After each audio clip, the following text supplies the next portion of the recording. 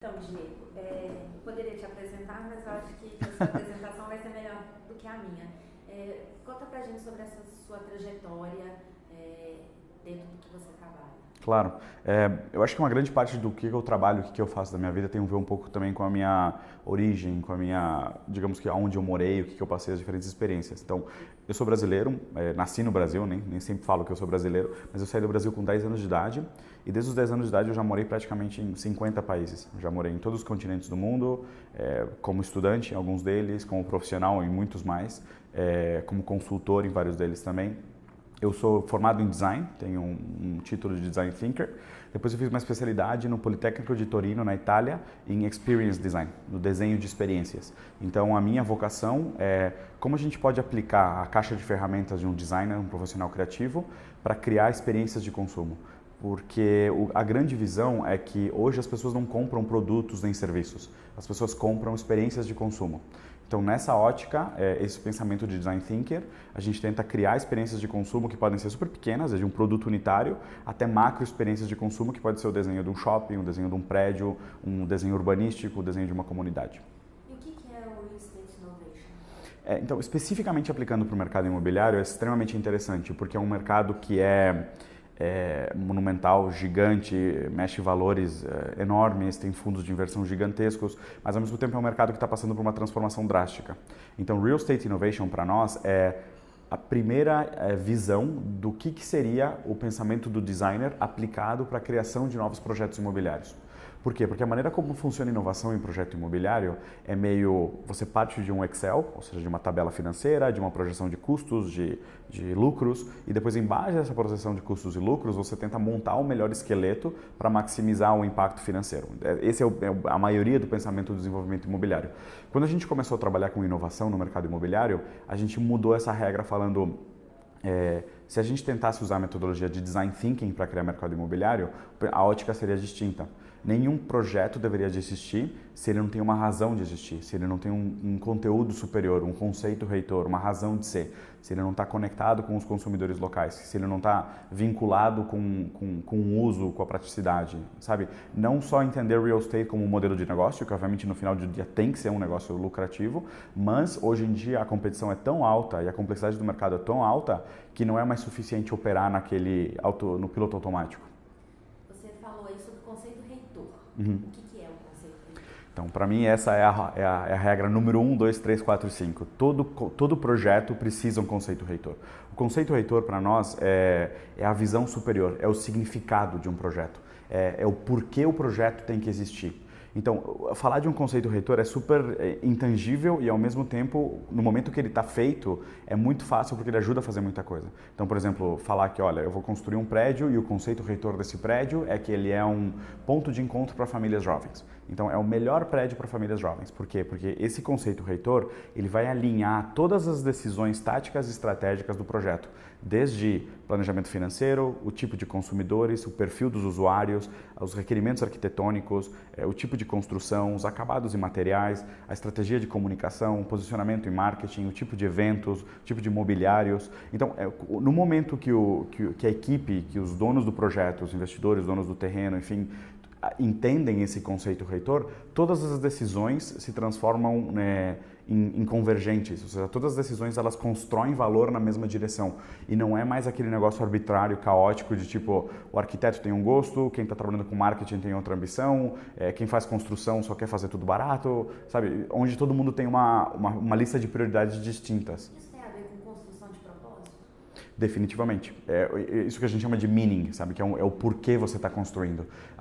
Muita gente hoje pensa tanto no que e no como que as pessoas não param para pensar no porquê. Então isso é super importante. Hoje em dia a gente não tem mais essa margem de erro de fazer projetos por osmose. É muito caro. O custo do erro é muito alto. De você simplesmente construir mais uma caixa, um cubo de construção, commodity, onde esses metros vão estar sobrando durante anos, talvez vão ser de pouco apelo para o mercado, você vai entrar numa guerra de custos, porque ele não tem um valor agregado qualitativo, ele acaba sendo só quantitativo. Então, esse significado superior, esse conceito reitor, ele te ajuda a construir capas e capas de valor agregado, de added value, que daí transforma o teu projeto numa coisa realmente qualitativa. Muita gente ainda é cética em relação a se ter um propósito, né? Claro. Principalmente quando a gente imagina uma economia tradicional, neoliberal, muito capitalista, né, em lucro em primeiro lugar. Você passou por vários países. Assim, como que você contextualiza essa situação, essas transformações do mundo em relação a isso? Já tem projetos, você pode dar exemplo assim, de que esse realmente é um caminho, já não é uma tendência, já é uma realidade? O que eu acho que está acontecendo, e eu acho que é uma pergunta super interessante, é um dos pontos mais profundos desse diálogo, eu acredito, que hoje o capitalismo não vai parar de existir, sabe? O capitalismo é meio que um reflexo da necessidade humana de acumular riqueza, whatever, o que seja riqueza para cada um, né? Eu acho que todo mundo tem uma definição diferente. Pode ser felicidade, pode ser dinheiro, pode ser poder, pode ser lucro, pode ser bens, o que seja. Mas essa necessidade humana de acúmulo, ela se manifesta no capitalismo, entendeu? Eu acho que o capitalismo não vai desaparecer, mas a gente está descobrindo que hoje o capitalismo ele precisa de um propósito. Então, eu não acho que o capitalismo está completamente em oposição, não é uma antítese do propósito, sabe? Onde o capitalismo parecia aquela máquina fria, sem almas, que só era ganhar por ganhar. Eu acho que hoje o que está acontecendo é que as pessoas entenderam que pode ser um excelente negócio e não necessariamente tem que ser um negócio onde você lucra nos outros. Sabe, você pode fazer um negócio excelente, super profitable e mesmo assim fazer uma coisa transcendente que melhora a cidade, melhora a vida das pessoas, melhora a comunidade, cria pontos de integração, cria espaços públicos, tudo isso pode ser rentável. Simplesmente a gente precisa mais criatividade e mais ferramentas críticas para criar conceitos reitores.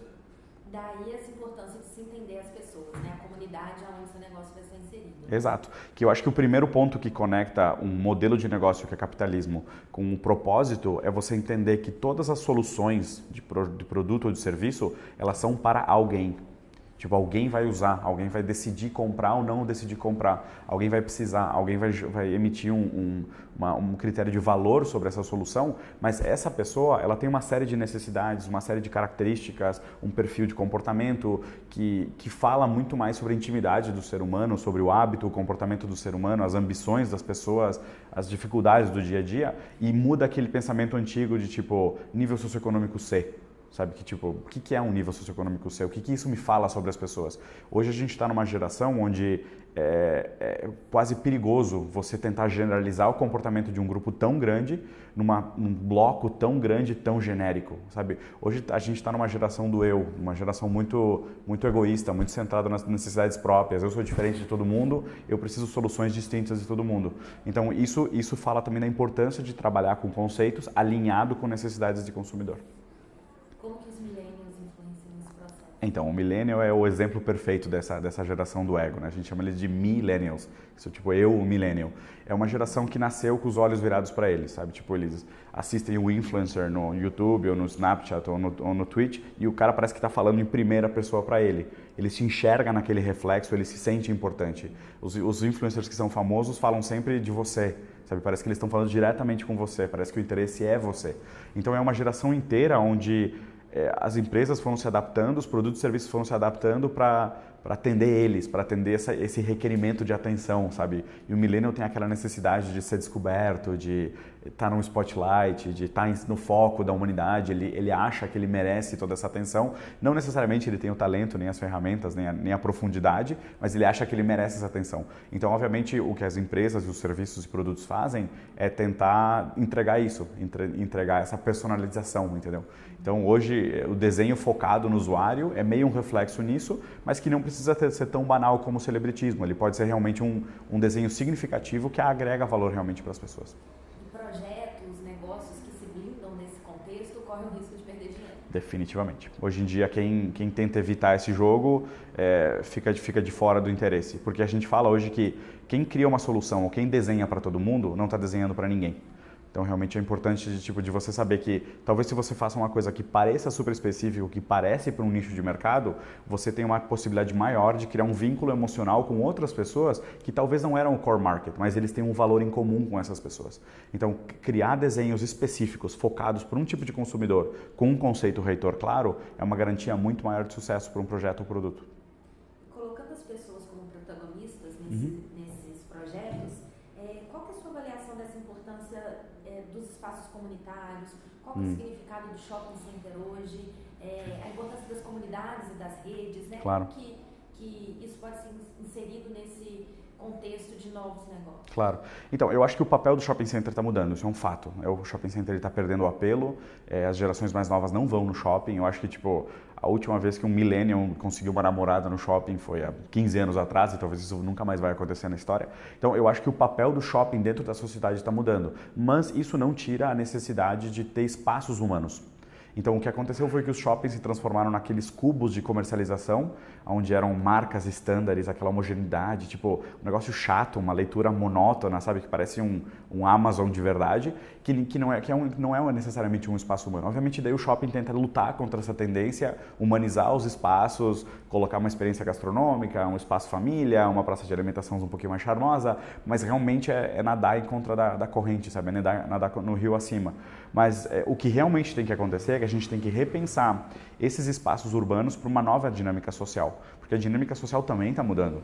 Nós falamos que hoje solo is the new social, solitário é o novo social. Por quê? Porque talvez eu estou me sentindo extremamente social, mas são 8 horas da noite e eu estou sentado sozinho num quarto de hotel, na frente do computador, com Skype, Snapchat, Twitter. Eu estou super social, mas eu estou sozinho. Então, o papel da socialização, a gente acreditava que tinha que ver com a presença de outras pessoas. Hoje em dia, a socialização não tem a ver com presença de outras pessoas. Então, isso muda muito também o nosso entendimento da dinâmica do comportamento humano em espaços comunitários. Então, a gente tem que não só integrar essa participação solitária num espaço comunitário, mas a gente tem que integrar o papel da digitalização e da socialização digital em espaços comunitários. Porque senão, de novo, é lutar contra a corrente. As pessoas não vão soltar o celular para voltar para o parque. Isso não vai acontecer. A gente vai ter que entender a maneira nova de criar parques que são integrados com a nossa vida social. Um dos braços de atuação é a Foodilosofia. Isso. O que é? Então, a Foodilosofia a gente fundou ela como a nossa agência de desenho de experiências. O nosso primeiro foco foi no mercado da alimentação, foi em comida. E eu não quero falar gastronomia, realmente não era o foco. A minha ambição, quando eu comecei a trabalhar com isso, foi entender a relação entre o ser humano e o alimento. Entender essa dinâmica, entender as intimidades, entender todas as forças que existem entre o ser humano e a comida. Da onde vem o prazer, por que a gente come, o que funciona, o que não funciona, como a gente pode melhorar essa dinâmica, fazer essa dinâmica humano e alimento muito mais saudável, porque ela tem uma série de pontos carentes, uma série de pontos errados. Muitas das tendências internacionais hoje não vão ajudar o futuro de como a gente se alimenta e como a gente cria um vínculo com o alimento. E depois a gente pouco a pouco foi descobrindo que o papel do alimento no mercado imobiliário também é muito importante. Porque a praça de alimentação, como a gente conhecia, está desaparecendo. O restaurante parece que é o futuro do shopping comercial. Daí depois vem o food market, depois vem o food hall, depois os food trucks. E sabe, tipo, e tá sempre todo mundo querendo inventar qual é a próxima modinha de colocar diferentes experiências gastronômicas dentro do shopping. E nós acreditamos que não é só isso. Tipo, não pode ser uma ótica tão lineal, sabe? Eu acho que precisa de um pensamento crítico muito mais profundo, muito mais íntimo, muito mais empático, para entender realmente qual é o papel da comida como entretenimento no futuro do shopping que vai perder aquele protagonismo de comercialização. Como que a alimentação saudável, a comida de verdade, se saber sobre de quem se compra, qual que é a origem dessa comida que você está comendo? Claro. Como que você percebe essas tendências na área de alimentação? Passageiras. Tristemente passageiras. Eu acho que, e realmente o que acontece hoje com a alimentação, e é muito a culpa do celebritismo da gastronomia, é que se abre um buraco entre quem tem dinheiro para gastar com comida e quem tem poucos recursos para gastar em comida. Então, quem tem recursos, e talvez nem tenham tantos, mas eles decidem gastar muito em comida, eles têm acesso a muitas coisas, a muita qualidade, a muita transparência, a processos de alto conteúdo, a produtores confiáveis, a farm to table, ou seja, quem tem grana consegue pagar tudo isso. Mas a inflação desse mercado aspiracional cria um problema grave para a base da pirâmide. Por quê? Porque tudo funciona em base a oferta e demanda. Então, no momento que a matéria-prima começa a encarecer por causa de um processo e a gente continua inflando essa bolha de ego e criando essa inflação artificial de ambição, a gente cria um aumento de custo para a base da pirâmide. Então, no momento que da geração, não só millennials, porque eu acho que não é uma coisa do millennial, mas toda essa geração foodie aumenta o custo das coisas em base a ambição e celebritismo, a base da pirâmide cada vez tem que sacrificar mais para ter acesso a boa comida. Então esses caras aqui embaixo vão gastar R$10 para comprar 1.000 calorias e esses caras aqui em cima vão comprar tipo 1.000 calorias por R$100. Mas existe uma diferença abismal entre uma boa fonte de calorias e uma fonte de boas calorias. É muito diferente. Tipo, você pode conseguir 1000 calorias num pacote de biscoito, mas agora se você conseguisse 1000 calorias em frutas, verduras, proteínas e carboidratos, é outra caloria. A diferença é que uma custa R$10 e a outra custa R$100. Então, realmente, para mim, essa dinâmica de quais são as tendências, o que vai acontecer, a gente tem que repensar esse debate. A maneira como funciona essa ótica hoje não é sustentável. Como está a posição do Brasil em relação a outros países em relação a esse tema? Eu acho que o momento Brasil é interessante. Eu acho que o que está acontecendo agora é uma aceleração na industrialização. O fato da indústria massiva global estar chegando e oferecendo serviços para a base da pirâmide é um pouco preocupante, porque ainda o Brasil, sendo um país muito autóctone, tinha um vínculo muito íntimo com os produtos locais, os ingredientes locais, e agora o que está acontecendo é que chegam indústrias de fora, oferecem uma substituição por isso, com altíssimo valor de indulgência, excesso de açúcar, excesso de sal, excesso de gordura, e substituem esses hábitos tradicionais que a gente tinha de comer comida artesanal. Então a comida artesanal está desaparecendo da base da pirâmide, está sendo substituída por industrialização, e o artesanal está subindo para o pico da pirâmide, se tornando uma coisa caríssima, inacessível para o futuro da base da pirâmide. Então, para mim, é um momento super preocupante da comida brasileira. E, obviamente, que a gastronomia brasileira também tem uma crise de identidade, ou seja, tem uma série de coisas que estão sendo bem construídas, mas um caminho enorme ainda para ser trabalhado. Eu acho que há uma carência de educação gigantesca em termos de alimentação, é um buraco terrível. O fato de a gente confiar mais no chefe da televisão do que na mãe e no pai para descobrir o que é saúde e o que é comida é extremamente preocupante, porque tipo, o celebrity não tem accountability, sabe? Ele não é 100% responsável pelo que ele diz e o impacto do que ele diz. Ele coloca aquele exemplo talvez com uma boa intenção e tudo, mas no momento que aquilo permeia pela pirâmide, chega na base da pirâmide, pode ser descontextualizado, pode ser tirado de forma e o entendimento se perde. E nesse ínter a gente está quebrando aquele vínculo afetivo da mãe ensinar para as crianças o que é comer bem. E isso talvez era muito mais importante para a saúde do que começar uma tendência internacional de orgânicos, ou de sustentáveis, ou de locally sourced. A gente tem visto, por exemplo, fazendas orgânicas, até em shopping centers, Sim. algumas feiras de produtores locais. Se começa a se pensar em novas formas de alimentos, como os fermentados. Uhum.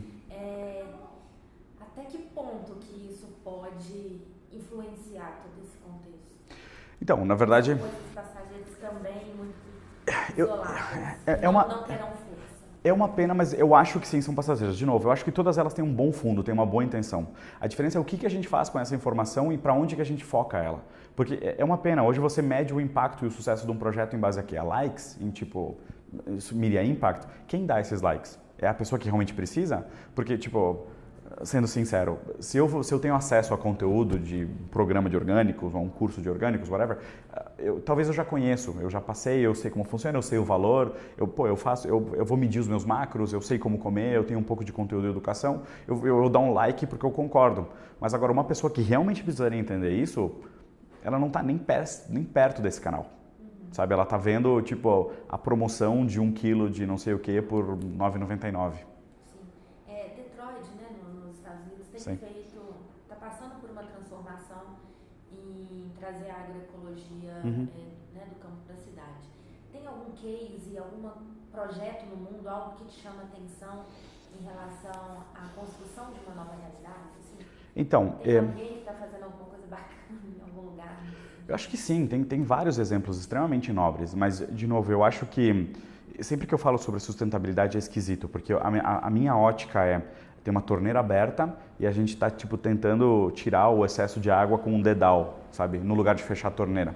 Então, eu acho que é complicado a gente tentar atacar somente a oferta e não questionar a demanda. O que eu quero dizer com isso? Enquanto a gente continuar usando a comida como um desabafo do consumismo, nunca vai ser sustentável, sabe? Por quê? Porque hoje em dia a gente não come por fome. A gente come por pertencer socialmente, a gente come por socialização, a gente come por desejo, a gente come por aspiração, a gente come para aparecer, a gente come para mostrar um símbolo de status, a gente come por vários outros motivos que não tem a ver com fome, não tem a ver com comida, não tem a ver com nutrição, não tem a ver com vínculo emocional. A gente come por motivos muito pouco nobres, sabe? Então, nesse sentido, eu acho que hoje existe um excesso de soluções em controlar a oferta e uma carência de soluções em reeducar a demanda. Essa é a minha maior preocupação. Okay. A sua empresa tem atuação hoje no México e nos Estados Unidos, né? Na verdade, a gente tem clientes no Brasil, em Singapura, nos Estados Unidos, no México, na Colômbia, na Alemanha e na Inglaterra. E quais são os planos aqui para o Brasil? Então, eu sou brasileiro, na verdade eu sempre tive um afeto muito grande pelo país, pela história e tal. Eu acho que o Brasil tem passado por um momento complicado. Os meus planos no Brasil é continuar criando vínculos, parcerias estratégicas, tentar compartilhar o conhecimento, aprender mais sobre a realidade brasileira, tentar trazer essa ótica externa para aplicar no Brasil e na realidade brasileira, porque eu acho que no momento de crise é quando o ser humano se desafia e usa a criatividade, o intelecto e o pensamento crítico para desenhar o futuro. Então acho que todas. Eu acho que principalmente mercado imobiliário e alimentação são os dois que hoje eu tenho mais paixão por trabalhar, mas eu também acredito muito em plataformas de conteúdo. Eu acho que a maneira como a gente faz comunicação também é muito carente. Existem uma série de falsas verdades na maneira em como se faz comunicação. Eu acho que o marketing também está passando por uma etapa grande de reinvenção, onde está se desmistificando e limpando toda a bobagem que se pensava antes do marketing. Hoje se fala muito mais sobre empatia humana, sobre conexões profundas. Eu acho que isso tem um impacto muito legal. Quer deixar alguma mensagem? Não, na verdade eu acho a única mensagem seria a importância desses diálogos, que é fundamental as pessoas sempre terem uma mente aberta e uma mente crítica para expressar um ponto de vista com convicção, mas ao mesmo tempo ter a flexibilidade de escutar um ponto de vista oposto e se deixar questionar e se desafiar por isso e talvez criar uma coisa maior em base a duas opiniões do que uma só. Obrigada. Obrigado a você.